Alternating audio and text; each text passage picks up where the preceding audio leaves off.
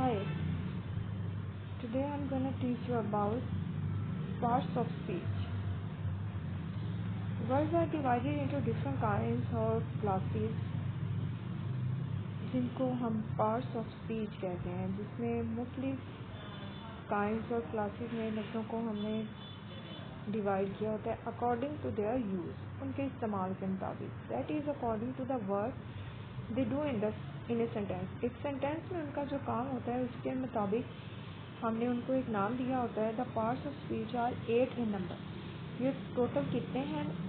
Total ये 8 हैं। पहला नाउन, दूसरा एडजेक्टिव, थर्ड है जी pronoun, verb, adverb, preposition, conjunction and interjection. अब हम देखते हैं जी नाउन क्या होता है। A noun is a word use as the name of a person, place और थिंग। किसी भी चीज़, जगह या शख्स के नाम को हम नाउन कहते हैं। Akbar was a great king. यहाँ पे अकबर जो है वो एक नाम है। Calcutta is on the Hooghly, the rose smells sweet, the sun shines bright, his courage won him honour. यहाँ पर हमारे पास जो नाम है रोज, सन, कलकत्ता, ये नाम है, तो ये नाउन है। The word thing include all objects that we can see, hear, taste, touch or smell, and something that we can think of but cannot perceive by sense। हर वो चीज़, द वर्ड जो होते हैं वो क्या होते हैं? हर वो चीज़ जो हम देख सकते हैं, सुन सकते हैं, टच कर सकते हैं, स्मेल कर सकते हैं, वो एक लफ्ज़ है। An adjective is a word used to add something to the meaning of a noun। किसी नाउन की कोई खासियत बयान करने के लिए जो उसमें एक मीनिंग ऐड करते हैं उसको एडजेक्टिव कहते हैं। As he is a brave boy. यहाँ पर हम बॉय के बारे में बात कर रहे हैं और हम क्या कह रहे हैं? ब्रेव। हम उसकी क्या क्वालिटी बयान कर रहे हैं कि वो ब्रेव है, तो ये ब्रेव एक एडजेक्टिव है। There are 20 boys in the class.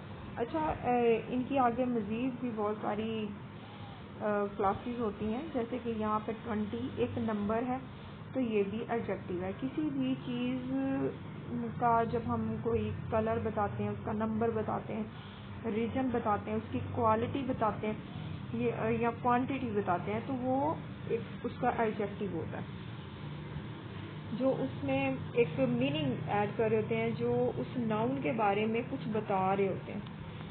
A pronoun is a word use instead of a noun. एक नाउन की जगह पे जो लफ्ज़ हम इस्तेमाल करते हैं नाउन को रिप्लेस करने के लिए, उसको हम प्रोनाउन कहते हैं। जैसे कि John is absent because he is ill. अब हम अगर कहें John is absent because John is ill, तो वो सही नहीं लगेगा, अच्छा नहीं लगेगा। एक लफ्ज़ को अगर हम बार बार रिपीट करेंगे तो हम क्या कहते हैं? जॉन की जगह पे जो हम प्रोनाउन यूज़ किया हमने वो ही है। जैसे कि आपको आइडिया होगा कि ही लड़कों के लिए हम यूज़ करते हैं, शी जो है वो फीमेल के लिए यूज़ करेंगे, ही जो है वो मेल के लिए यूज़ करेंगे। The book are where you left them. The book are where you left them. यहाँ पे यू जो है वो एक प्रोनाउन है। अब वर्ब क्या होता है? A verb is a word use to express an action और स्टेट। जब भी हम किसी चीज़ का जो एक्शन है या वो किस हालत में है तो हम उसको बयान करते हैं, तो उसको वो एक वर्ब होता है। The girl wrote a letter to her cousin. यहाँ पे लड़की ने काम क्या किया, क्या एक्शन परफॉर्म किया उसने? तो उसने लेटर लिखा है। क्या किया है? लेटर को लिखा है, रोट किया है उसने। तो ये एक वर्ड है। Kolkata is a big city.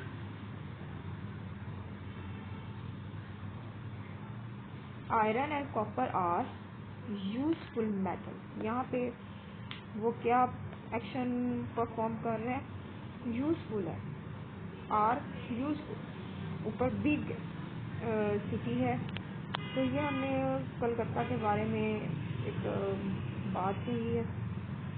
Big वैसे एक हाँ साइज जो होता है वो भी एडजेक्टिव में आता है, क्योंकि यहाँ पे ये वर्ड में लिखा हुआ है। एक लफ्ज़ जो है वो वर्ब भी हो सकता है, एडजेक्टिव भी हो सकता है, वो मुख्तलिफ एक्शन परफॉर्म करते हैं। An adverb is a word used to add something to the meaning of a word। एक वर्ब के जो पीछे हमने जो बात की कि एडजेक्टिव क्या है, वो नाउन की कोई ना कोई क्वालिटी बयान करता है, तो उसके वो मीनिंग में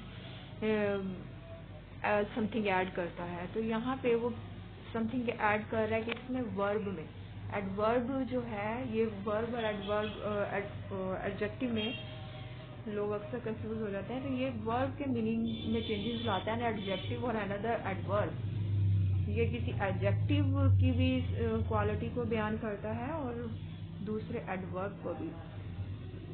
ही वर्क द सम क्विकली। यहाँ पे हम बता रहे हैं, एडवर्ब में हम बताते हैं कि किसी काम को किसी ने कैसे किया है, किस तरह से किया है किसी काम को। तो यहाँ पे उसने काम को कैसे किया? क्विकली, जल्दी से किया।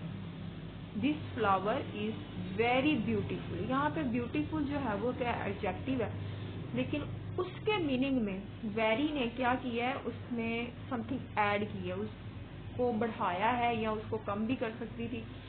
तो the flower is very beautiful, यहाँ पे वेरी क्या है? एक एडवर्ब है। She pronounce the word quite correctly. तो यहाँ पे करेक्टली क्या है? एक एडवर्ब है, क्योंकि उसने वो काम कैसे कर दिया? करेक्टली कर दिया। एडवर्ब की एक तो निशानी ये है, ये आपको इनके आखिर में ly इस तरह से लफ्ज़ यूज किया जाता है। किसी वर्ब के साथ जो है वो ly लगाकर हम उसको एडवर्ब में भी चेंज कर सकते हैं। इसके अलावा ये जगह और वक्त और फ्रीक्वेंसी के मुताबिक भी होते हैं। एडवर्ब हमें किसी जगह के बारे में भी बताते हैं, उसकी फ्रीक्वेंसी, कोई काम कितनी फ्रीक्वेंसी के साथ किया जाता है वो भी बताते हैं, और टाइम जैसे कि आज, टुडे, यस्टरडे, टुमारो, इस बारे में भी बताते हैं। A preposition is a word used with a noun or a pronoun to show how the person or thing denoted by the noun or pronoun stand in relation to something else। preposition क्या बताती है? जो कि हम किसी noun या pronoun के साथ इस्तेमाल करते हैं ये शो करने के लिए कि पर्सन जो है या वो कोई वो चीज़ किस तरफ इशारा कर रहे हैं, वो किसी भी चीज़ की पोजीशन के बारे में बताती है। प्रपोजिशन क्या होती है? किसी चीज़ की पोजीशन के बारे में बताती है। Stand in relation to something else, वो बहुत इजीली मैंने आपको यहाँ पे बता दिया कि प्रपोजिशन क्या है, वो हमें किसी चीज़ की पोजीशन के बारे में बताती है। There is a cow in the garden, तो उसकी पोजीशन कहाँ पे है? इन द गार्डन। इन यहाँ पे एक प्रपोजिशन है। The girl is fond of music, तो फॉन्ड ऑफ म्यूजिक किस चीज़ के बारे में बात कर रहे हैं हम? म्यूजिक की शौकीन है। A fair little girl sat under a tree, इसकी पोजीशन क्या है? Under a tree. कहाँ पे है वो? Under a tree. किसी भी चीज़ के मुताबिक जो हम उसकी पोजीशन बताते हैं वो एक प्रपोजिशन होती है। कंजक्शन क्या होती है जी? A conjunction is a word used to join words और सेंटेंसेस। कंजक्शन का काम होता है ज्वाइन करवाना, लिंक करवाना, एक तसलसल बनाना। जिस जिस चीज़ के बारे में भी हम बात कर रहे हैं उस सेंटेंसेस में और पैराग्राफ्स में रामा एंड हारी आर कजन, यहाँ पे हमने कंजक्शन के तौर पे क्या यूज़ किया, एंड को यूज़ किया। हमने वर्ड्स को ज्वाइन किया एंड के साथ, 2 and 2 मेक 4 एंड यहाँ पे कंजक्शन है। I ran fast but miss the train, यहाँ पे क्या उसने पहले से क्लाउजेस को भी हम इससे ज्वाइन करवाते हैं, सेंटेंस के अंदर भी और क्लाउजेस को भी हम इस तरह से ज्वाइन करते हैं। तो यहाँ पे बट जो है वो कंजक्शन है, ये ज्वाइन करवा रहा है सेंटेंस के पहले पार्ट को सेकंड पार्ट के साथ। An interjection is a word which expresses some sudden feel. ing and hurrah, feeling इसमें थोड़ा बहुत डिफरेंस पे लिखा हुआ है तो मैंने इसको अलग से पढ़ा। As hurrah, we have won the game as she is dead. कोई भी ऐसा लफ्ज जो हमारी खुशी या हमारे दुख को जाहिर करता है, हमारी जो फीलिंग्स होती हैं, जो कि यहाँ पे लिखा भी हुआ है सडन फीलिंग्स, एकदम से अचानक से हम जिस चीज़ को कुछ देखकर हम एक एक्सप्रेशन देते हैं वो हमारा इंटरजेक्शन होता है। Some modern grammars include determiners among the parts of speech. Determiners are words like a, and, the, this, that, these, those, every, each, some, any, my, his, one, two, etc. Which determine or limit the meaning of the noun that follow. ठीक है, ये जो है वो उसकी limit को determine करते हैं। तो फिर किसी नाउन को जो वो कर रहा होता है, जो भी एक्शन परफॉर्म कर रहा होता है, तो इसलिए हम इनको डिटर्मिनर्स कहते हैं। In this book has been many traditional grammars, all determiners except a and a are the clause among adjectives. हाँ बिल्कुल, इनको हम एडजेक्टिव में भी और एडवर्ब के तौर पे भी हम लेते हैं। ए और एन को तो हम आर्टिकल्स भी बोलते हैं। As verbs are divided into different classes according to the work they do in sentences. एक लफ्ज़ जो है एक जुमले में जो काम परफॉर्म कर रहा होता है उसके मुताबिक हमने उसको कोई ना कोई नाम दिया होता है। It is clear that we can not say to which part of speech a word belong unless we see it use in a sentence. मतलब ये कि हम किसी लफ्ज़ को देखकर हम नहीं ये बता रहे कि ये क्या है, ये एडजेक्टिव है, एडवर्ब है, वर्ब है, बल्कि हमने क्या कहना है, हमने कैसे ये इसको नाम देना है कि हमने एक सेंटेंस देखना है। उस सेंटेंस में हमने ये बताना है कि इसने क्या एक्शन परफॉर्म कर रहा है, इसकी क्या पोजीशन है, उस लफ्ज़ की पोजीशन क्या है, वो किस तरह से बयान किया गया, फिर हम उसको कोई नाम देते हैं। वही जैसे मैंने पहले भी बताया कि लफ्ज़ होते हैं, एक ही लफ्ज़ वो एक जगह पे एडवर्ब के तौर पे काम दे रहा है, एक जगह पे एडजेक्टिव है, एक जगह पे वो वर्ब भी है। तो मुख्तलिफ सूरत हाल होती है। दे अराइव सून आफ्टर, तो यहाँ पे सून आफ्टर ये क्या है, आफ्टर क्या है, एडवर्ब है। दे अराइव आफ्टर अस, यहाँ पे आफ्टर जो है वो एक पोजीशन का काम दे रहा है, प्रपोजिशन का काम दे रहा है। जैसे वो बिफोर एंड आफ्टर वो प्रपोजिशंस भी हैं, लेकिन सून आफ्टर वो उसकी वो टाइम के बारे में बता रहा है कि कितने टाइम में वो काम होगा, तो फिर वो एडवर्ब बन गया।